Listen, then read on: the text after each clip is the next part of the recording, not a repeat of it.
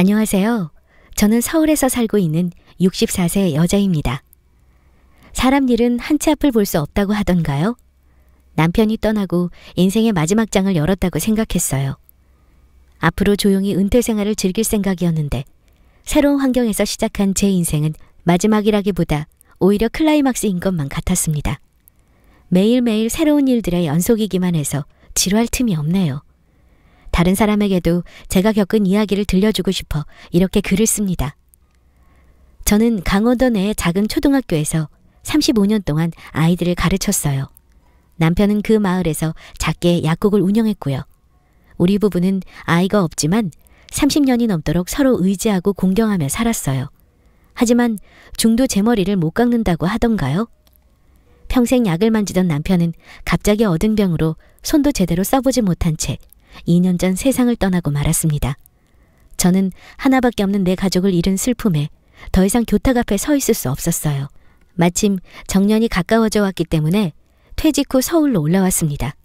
남편은 평생 약국을 운영하면서 한 번도 돈을 탐한 적이 없어요. 항상 주변 사람에게 베푸는 사람이었고 주변에 생계가 어렵지만 약이 필요한 어른들께 약을 드리기도 하고 언제나 주변 이웃을 돌보는 사람이었죠. 제 평생 존경할 만한 사람이었어요. 그렇게 선하고 남을 위해 살던 사람이 떠나니 얼마나 허망하던지 모릅니다. 주변 이웃들이 매일같이 와서 남편 이야기를 했어요. 그 사람이 얼마나 좋은 사람이었는지, 얼마나 주변에 도움을 주었는지를 말이죠. 모두가 저를 위로하기 위해서였고 좋은 의도였던 것은 알고 있었지만 매일같이 그런 이야기를 듣는데 몹시 힘들더군요. 계속 남편이 그리워지기만 하고 먼저 떠나간 그 사람이 야속하기만 하더라고요. 그래서 저는 차라리 저를 아무도 모르는 곳으로 떠나기로 했습니다. 주변에서는 왜 평생 살던 터전을 뒤로하고 복잡한 서울로 올라가려 하느냐 만류도 많이 했어요. 이제 새로운 환경에 적응하기에는 젊은 나이가 아니라면서요. 하지만 저는 남편이 그렇게 떠나는 걸 보면서 주변의 인프라가 얼마나 중요한가 다시 한번 깨달았어요. 나이가 들수록 도움을 받을 수 있는 시설이 근처에 있는 것이 훨씬 도움이 될 것 같았죠. 그런데 처음 하는 서울살이는 역시 만만치 않더군요. 차들도 얼마나 빨리 달리던지 정신이 없었어요. 게다가 같은 층 사는 이웃들은 서로 인사도 안 하더라고요.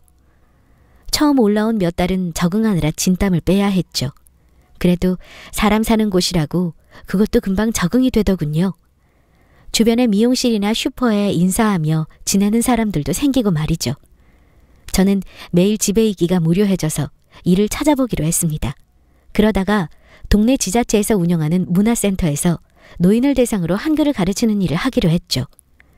우리 지역은 노인 인구가 많은 곳이라서 새로운 사람들도 만나고 시간을 알차게 쓸 수 있을 것 같았어요. 평생을 아이들만 가르치다가 나이가 많으신 분들을 가르쳐보니 또 재미가 다르더군요. 다들 스스로 원해서 오신 분들이라 배우는 자세도 굉장히 열정적이었어요. 그렇게 문화센터로 가는 날이 항상 기다려졌습니다. 그런데 어느 날부터인가 문화센터 일이 끝나면 항상 같은 사람이 센터 입구에서 서성이는 게 보였습니다. 40대 중후반 정도 되어 보이는 남자였죠. 처음에는 문화센터를 이용하는 사람이려니 생각해 크게 신경 쓰지 않았어요. 그런데 한 달이 넘어가자 기분이 이상한 겁니다. 저를 살펴보는 것 같은 느낌이 들었거든요. 저는 저렇게 젊은 사람이 저에게 무슨 볼 일이 있겠어라고 생각했어요. 서울에 올라온 지도 얼마 되지 않아 아는 사람도 적은데 말이에요. 그런데 어느 날 센터 직원이 하는 말에 깜짝 놀라고 말았습니다. 선생님, 저분 꼭 선생님 오는 날에만 저렇게 오던데 아시는 분이세요? 저 사람이 제가 오는 날만 센터에 방문을 했다가 제가 퇴근하고 나면 떠난다는 거였어요. 저는 전혀 모르는 사람이고 뭔가 우연이겠죠 라고만 대답했죠. 만약에 저에게 용무가 있었다면 와서 말을 했을 테니까요. 그런데 그렇게 2달쯤 됐을 때 그 사람은 더 이상 나타나지 않았습니다. 그리고 안심했을 무렵 그 사람이 집 근처에서 보이기 시작하는 겁니다. 처음에 장을 보려고 나갔을 때 그 사람이 보이자 얼마나 놀랐던지요. 하지만 그냥 근처에 사는 사람이겠거니 생각했어요. 저는 생활이 규칙적인 편이라 매주 월요일이면 장을 보러 나오는데 그때마다 그 사람을 마주치는 것 같았어요. 뭔가 찝찝한 기분도 들었지만 저에게 굳이 다가오는 일이 없었기 때문에 제가 먼저 가서 왜 여기에 있느냐 물어볼 수도 없는 노릇이었죠. 그런데 어느 날이었습니다. 장을 보고 돌아오는데 특히 그날 짐이 조금 많았어요. 끙끙거리면서 짐을 들고 오는데 그 남자가 다가오는 게 아니겠어요? 제가 좀 도와드릴까요? 저는 너무 놀라서 아니라고 서둘러 거절했죠. 그런데 계속 쫓아오면서 너무 무거워 보인다며 도와주겠다고 하는 겁니다. 거의 짐을 뺐다시피 하는 거예요. 결국 제 짐을 들고 어디로 가시는 길이시냐면서 따라왔습니다. 저도 사실 무거웠기 때문에 그냥 집 근처까지 와서 짐을 돌려받았죠. 그냥 젊은이들의 호의라고 생각하려고 했습니다. 그런데 그 뒤로도 종종 집 근처에서 그 사람이 저를 도와주는 거 아니겠어요? 저는 이 알 수 없는 호의가 불편해지기 시작했습니다.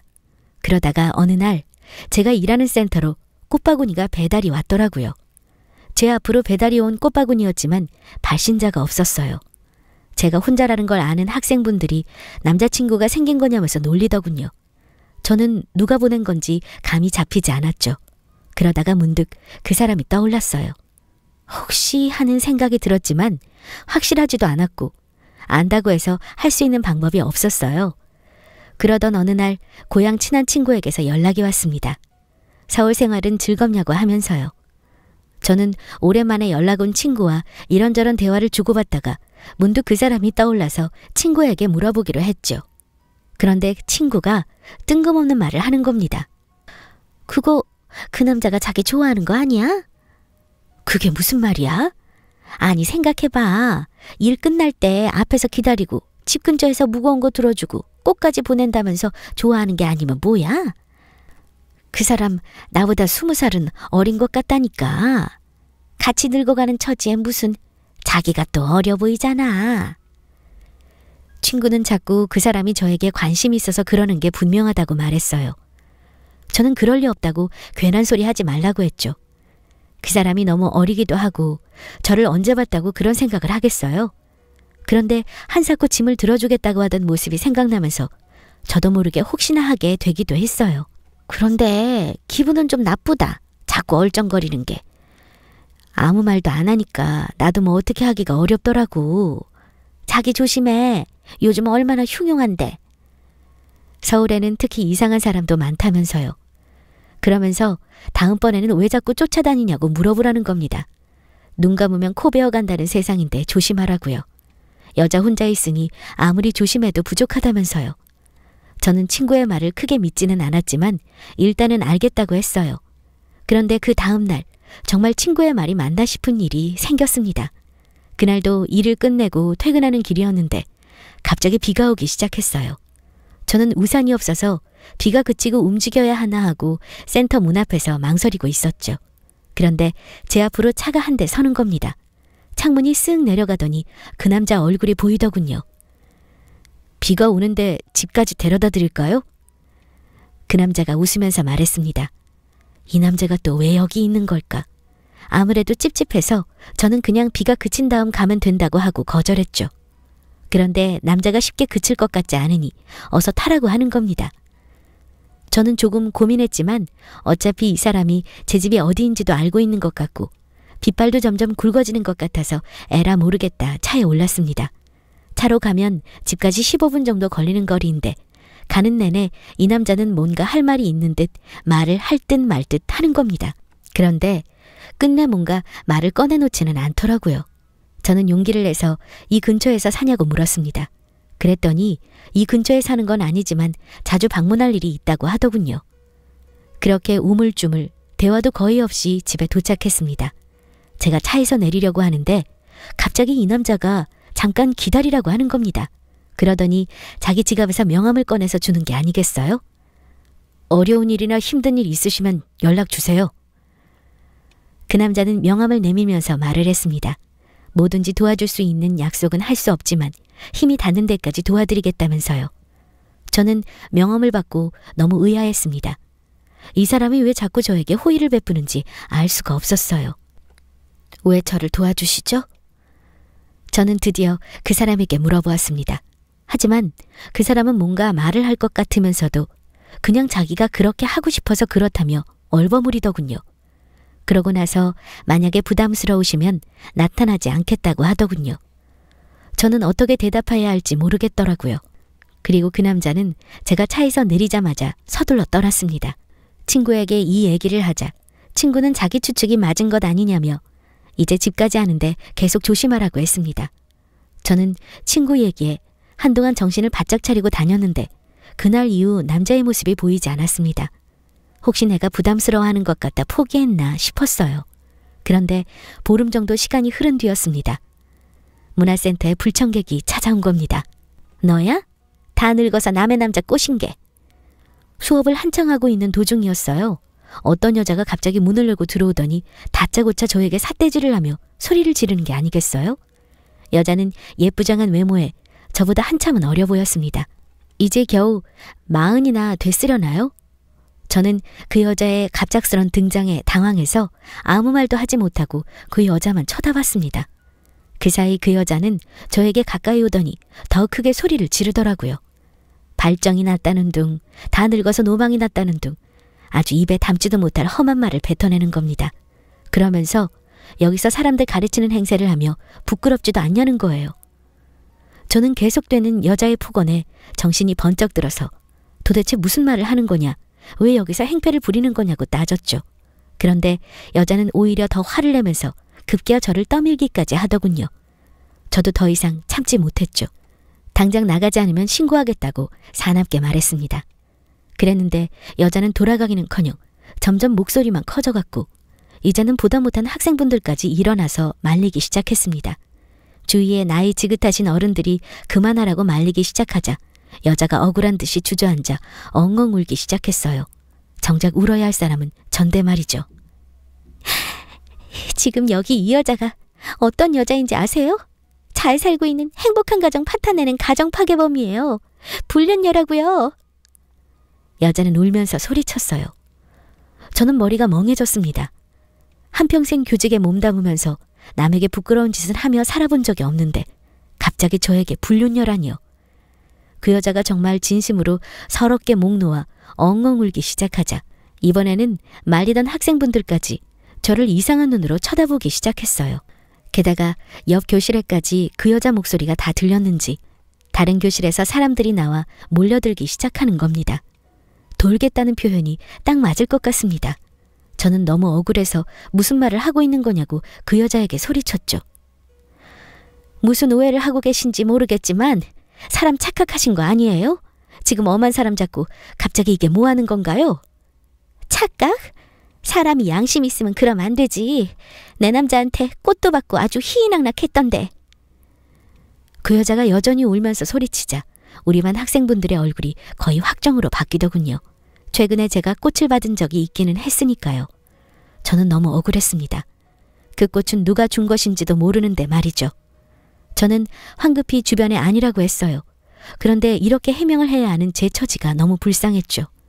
그때 문화센터 관리실에서 사람이 찾아왔어요. 무슨 소란이냐면서요. 저는 그 주임님한테 저도 모르는 여자인데 갑자기 찾아와서 난동을 부리니 어떻게 해야 할지 모르겠다고 얘기했죠. 그 여자는 여전히 엉엉 울면서 저를 가리키며 가정 파괴니 불륜이니 소리치고 있었어요. 주임님은 눈썹을 찌푸리더니 그 여자에게 다가갔습니다. 여기는 공공기관이에요. 이렇게 소란 피우시면 저희도 경찰을 부릴 수밖에 없어요. 주임님은 단호하게 말했습니다. 그랬더니 여자는 더 크게 울면서 오히려 주임님한테 따지는 거예요. 지금 가정파괴범 편을 드는 거냐고요. 이 주민센터 자기가 망하게 하겠다면서 소리치면서 난동을 부렸어요. 그러자 주임님이 정말로 경찰에 신고하려고 휴대폰을 들더라고요. 그러면서 마지막으로 정말 안 나가실 거냐, 이대로 그러면 신고하겠다고 하니까 그제서야 그 여자는 주섬주섬 일어나 욕을 중얼거리면서 나가더군요. 정말 혼이 쏙 빠져나가는 것 같았습니다. 그렇게 그 여자는 나갔지만 저는 더 이상 수업을 이어나갈 수가 없었습니다. 갑작스런 사건으로 너무 정신이 없는 데다 사람들이 모두 물러난 후에도 학생들이 저를 이상한 눈으로 쳐다보았으니까요. 저는 학생분들을 향해 황당하다는 듯 웃으며 정말 무슨 일인지 전혀 모르겠다고 해명해야 했어요. 그 여자 하나 때문에 수업이 아수라장이 되었죠. 그날은 어떻게 지나갔는지도 모르겠습니다. 그리고 저는 그 후에도 학생분들의 태도가 예전과는 다르다는 게 느껴졌죠. 전처럼 저를 편하게 대해주시고 수업에도 열정적인 모습을 더 이상은 볼 수 없었습니다. 그리고 일주일 정도가 지나고 갑작스럽게 해고를 통보받았습니다. 센터 측에서 저에게 더 이상 이 수업을 맡길 수 없다고 하더군요. 그 사건 이후로 센터의 명예가 많이 실추됐다면서요.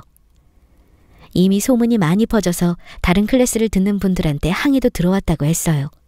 사실 여부를 떠나 그런 논란이 있는 사람을 계속 채용할 수는 없다는 겁니다.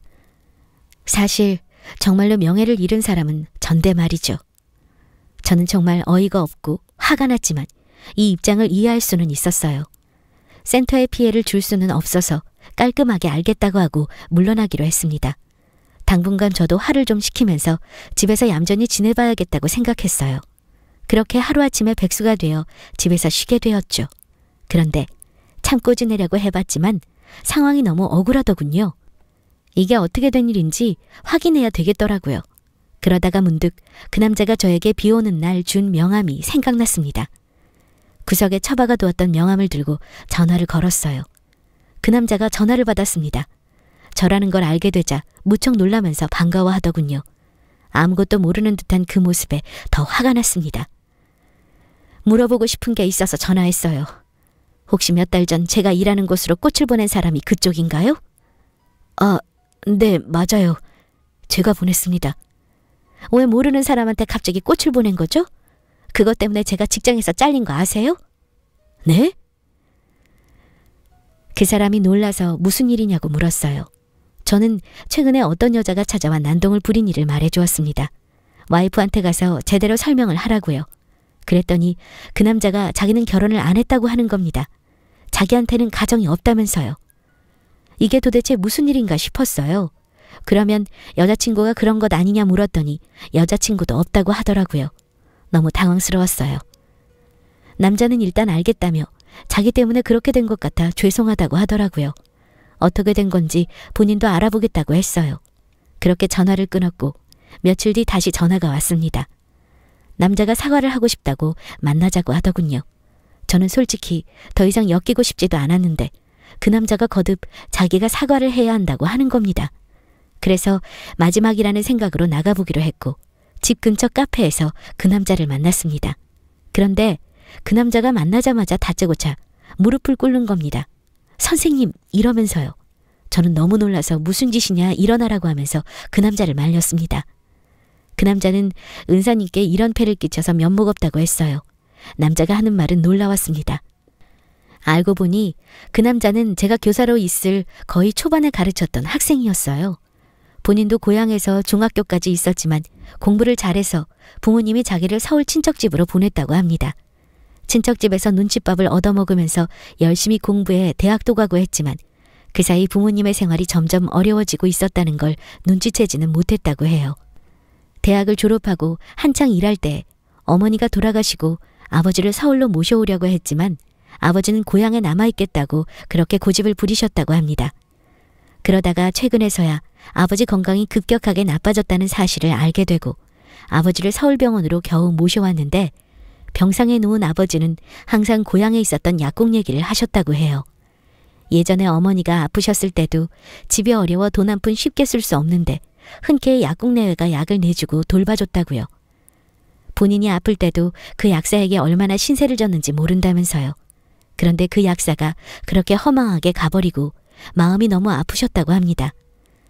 부부 사이가 참 좋았었는데 그 선생님이던 아내분은 혼자서 얼마나 힘들지 걱정을 많이 하셨다고 해요. 그렇게 병상에서 여러 번 약국에 대해 말씀을 하셨고 아버지는 얼마 전 결국 세상을 떠나셨다고 합니다. 장례를 치르고 나서야 그 약국에 감사 인사를 해야겠다는 생각이 들었다고 해요.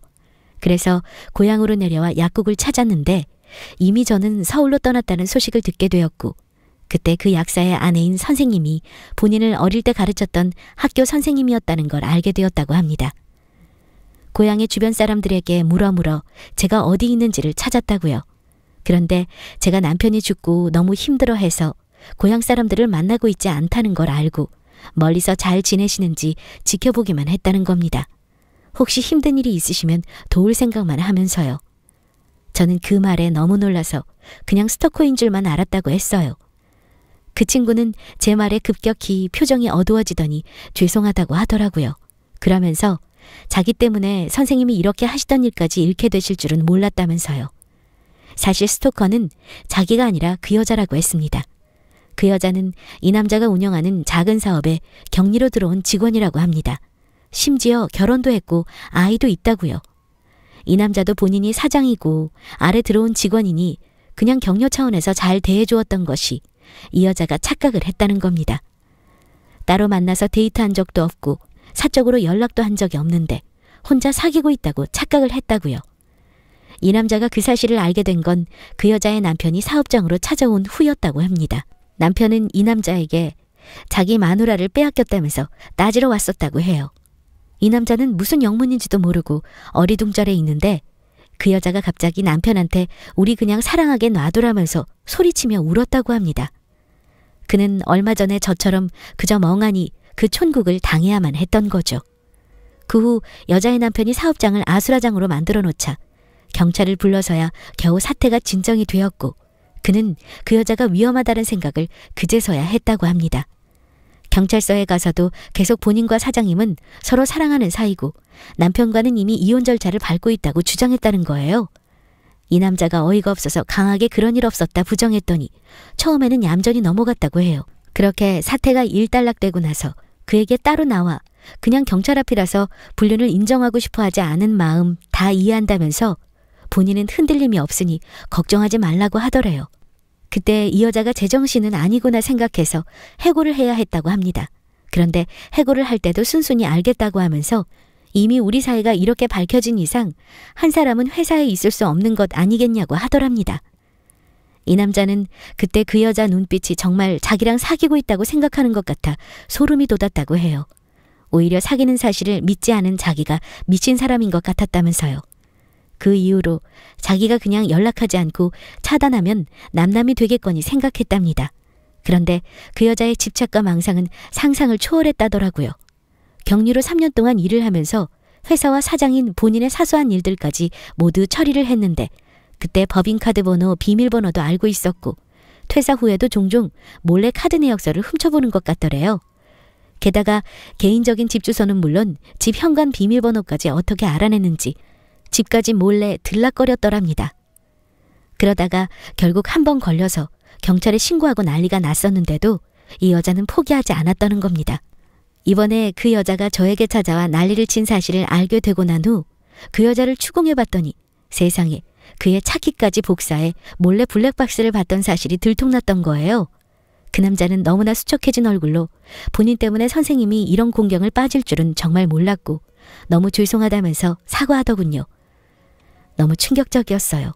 그러면서 참담한 목소리로 더 이상 선생님께 폐를 끼칠 수 없으니 앞으로 나타나지 않겠다고 말하는 겁니다. 그래도 혹시 나중에 본인이 도울 일이 생기면 언제든지 돕겠다고 연락을 달라고 하더라고요. 그렇게 그 친구와 헤어지고 나서 저는 사람 일이라는 게 이럴 수가 있나 싶었습니다.